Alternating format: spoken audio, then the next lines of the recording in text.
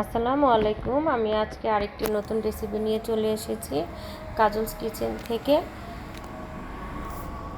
প্রথমে আমি একটি প্যান বসিয়ে নিলাম, পরিমাণ মতো তেল অ্যাড করে দিলাম।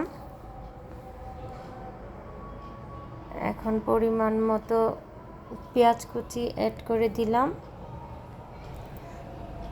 এখন একটু নেড়ে চেড়ে ভেজে নিব। আজকের রান্নাটা হলো মিষ্টি কুমড়া দিয়ে চিকেন। আমরা তো অনেকভাবেই মিষ্টি কুমড়া খেয়েছি, এইভাবে কি কখনো খেয়েছেন? যদি খেয়ে না থাকেন একবার স্কিপ না করে আপনারা এটা রান্না করে খেয়ে দেখেন কত মজা হয়। এখন আমি গরম মশলা অ্যাড করে দিলাম, তেজপাতা, এলাচি, দারচিনি, লবঙ্গ, গোলমরিচ, কিছু শাহি জিরা।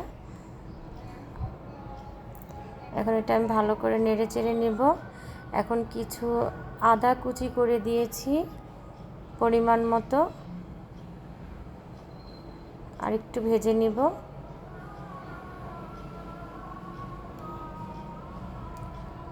এখন কিছু গোটা রসুন অ্যাড করে দিব, আর একটু ভেজে নিব।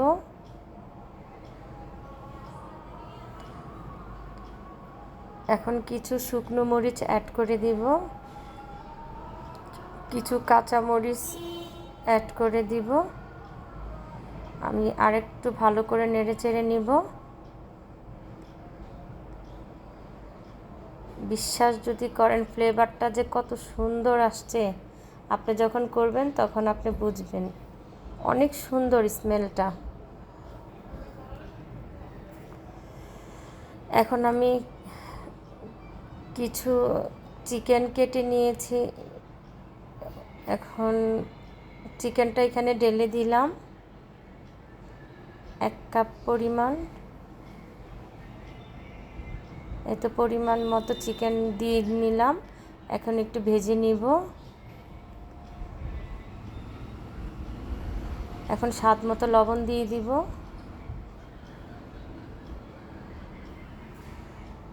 এখন কিছু জিরার গুঁড়া অ্যাড করে দিব। এখন কিছু পরিমাণ মতো হলুদের গুঁড়া অ্যাড করে দিব।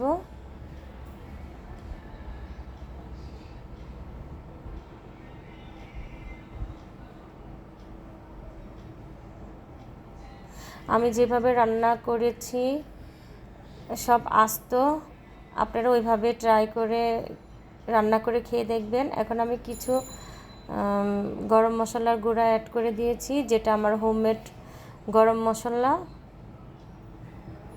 আপনারা যদি কমেন্টস করেন তাহলে আমি আমার হোমমেড গরম মশলার গুঁড়াটা আমি করে দেখাবো।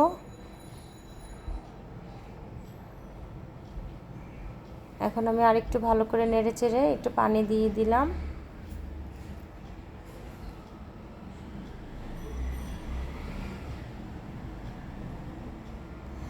এটা খেতে অসম্ভব মজা।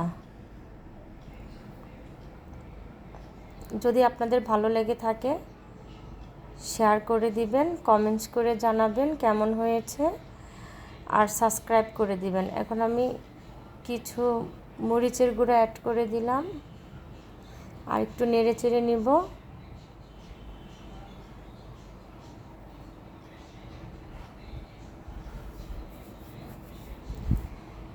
একটু ভালো করে কষিয়ে নিয়েছি। এখন মিষ্টি কুমড়োগুলো ঢেলে দিব। আমি কিউব করে কেটে নিয়েছিলাম মিষ্টি কুমড়াগুলো।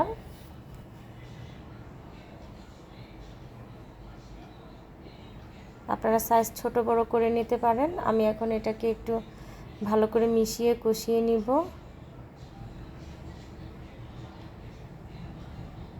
অনেক মজার এই রেসিপিটা। এটা চাইলে আপনারা পরোটা অথবা রুটি বা ভাত দিয়ে খেতে পারেন। অনেক মজার, বলার কিছু নেই। আপনি বাসায় যখন ট্রাই করবেন তখন বুঝবেন সত্যি এটা কত মজা। এই তো আমার রান্না প্রায় শেষের দিকে। আমি 10 মিনিট লো হিটে ঢাকনা দিয়ে রান্না করেছিলাম, যেহেতু এটা মিষ্টি কুমড়া আমি পানি অ্যাড করিনি। মিষ্টি কুমড়া থেকে যে পানিটা উঠেছিল ওইটা দিয়ে আমি রান্না শেষ করেছি। আমার মিষ্টি কুমড়াটা সেদ্ধ হয়ে গিয়েছে। এখন আমি কিছু ধনিয়া পাতা দিয়ে দিব। দিয়ে নিচ্ছি। আমি মিনিটের মতো ঢাকনা দিয়ে একটু রেখে দিব। স্মেলটা অনেক সুন্দর, অনেক। আপনি শুধু একবার বাসায় ট্রাই করে দেখেন, তাহলে বুঝবেন এটা খেতে কত মজার, স্মেলটা কত সুন্দর।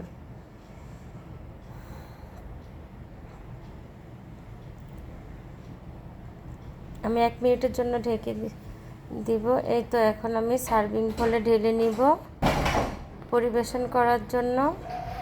এই তো আমি এখন একটি সার্ভিং বলে ঢেলে নিচ্ছি পরিবেশন করার জন্য। দেখতে কত লোভনীয় লাগতেছে, অনেক সুন্দর লাগতেছে, খেতে অনেক মজা হয়েছিল।